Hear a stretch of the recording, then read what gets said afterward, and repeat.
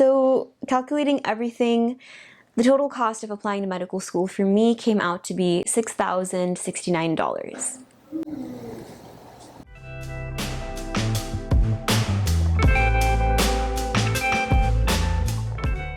Hi friends, and welcome back to my channel. My name is Sohini and I'll be an incoming medical student to UCSF School of Medicine.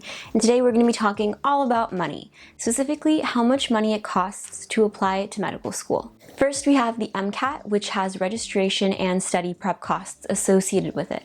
Then we have the cost of actually applying to medical school with the applications. And then finally, we have the cost of interview attire and possible interview travel as well. Now, admittedly, I did interview during the era of COVID and the era of virtual interviews, so my cost in this category was pretty low, but I will be including at the end of this video what I estimate I would have approximately spent if I did have to go and interview in person.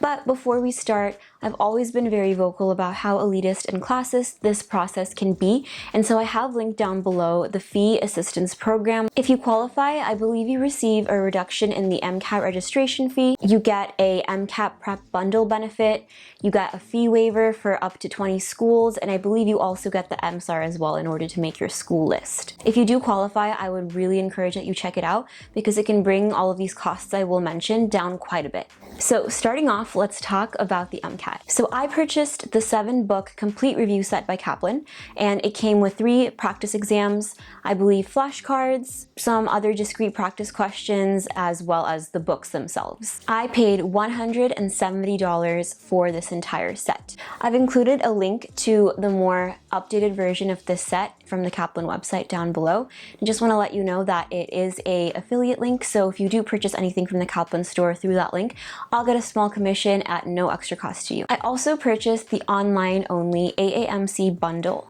I did purchase this back in I think 2019, so the offerings might be slightly different now, but for myself, I received 3 full-length practice exams, a sample exam, section banks, and question packs in my full set. And I found all of those to be super helpful. I definitely recommend that you purchase that if you don't purchase anything else. For me, I paid $236. Then, of course, I had to register for the actual MCAT that I took in 2019, and the registration fee came out to a whopping $315, but I personally refuse to pay any more money than the bare minimum that I just mentioned. I supplemented my MCAT review with other free resources that I found online. I have videos linked in my description on other videos I've made about free resources for the MCAT, so definitely check that out if you were on a budget like I was. Altogether, my MCAT costs came out to be $721. Now let's talk about the cost of applying, which unfortunately makes up the bulk of this total cost. The first thing that I bought was the MSAR, or the Medical School Admissions Requirements tool. This tool is great because it lists out the accepted GPA, MCAT, mission statement, class size, out-of-state number of students, all of these information about every single AMCAS school, and I found it really helpful in creating my school list. I personally think that it's pretty messed up for this information to be locked behind a paywall, but it is pretty important if you want to be applying to the correct schools for your stats and your experiences, and so I dished out $28 for a 1-year subscription to the MSAR. Next, in May, I had to submit my AMCAS primary application. And so I believe how it worked out was it was $170 to submit the primary, including 1 school, and then $40 extra for each school that you additionally apply to. I applied to 25 schools total, and my cost came out to be $1,130. But wait, that's not all. In addition to paying for your primary application, each school has its own secondary that you need to complete through either an email or usually through portal, and that has another associated fee with all of those secondaries. The secondary fees range anywhere from $50 to $120, but I'd say the median is somewhere around $100-ish or so. Again, I applied to 25 schools, and so my total cost for secondaries was $2,435. Because the med school process likes to make applicants jump through a ton of different hoops, I also had to take CASPER, which is a typed situational judgment test that a few of my schools required as supplemental material. I personally thought it was a waste of time and money, but it's something that I just had to do in order to be eligible for those schools.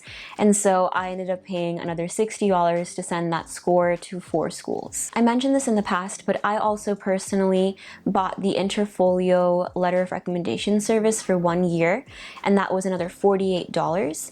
I paid for the peace of mind knowing that all of my letters would be checked for quality and for signature and letterhead before I sent them over to the MCAS actual application. But this is not necessary by any means. I just wanted to do it right the first time, and so I dished it out. So the final total for just the application portion of this came out to be $3,673. Altogether for this past application cycle that I did get accepted into, I paid $4,394. I worked through undergrad and I used some of that to pay for this, as well as the stimulus checks that came out, but it is a lot of money no matter which way you cut it. And again, I would definitely recommend checking out the fee assistance program if that's something that you qualify for. Now, one major benefit to COVID changing the whole virtual format this year was that I saved a ton of money on not having to buy plane tickets or spend any money on interview travel or new interview attire at all. I was able to make do with the older professional clothing that I had since all of my interviews were on Zoom. And again, I didn't have to travel anywhere, so I could do all of my interviews from the comfort of my bedroom. However, I will be estimating in this later half of what approximately I would have spent if I had gone to all 7 of the interviews that I did receive this year. I know that we're not totally sure if schools are going to be continuing the virtual interview format in future years or not just yet, but I hope that this will help future cohorts of applicants be able to budget out their application cycle a little bit better. If you watched my last video, you'll know that I received 7 interview invites to UCSD, UCI, UCSF, USC, Vanderbilt, Kaiser Permanente, and Cornell. I know that personally I would have gone to all 7 of my invites just because I wanted to maximize my chances of an acceptance, but applicants choose to not go to all of their interview invites for various reasons, and that's totally valid as well. It can save you some money. So let's talk transportation first. I live in Orange County / LA, and so I would have driven to the 4 schools that are in Southern California, which are again USC, Kaiser Permanente, UCI, and UCSD.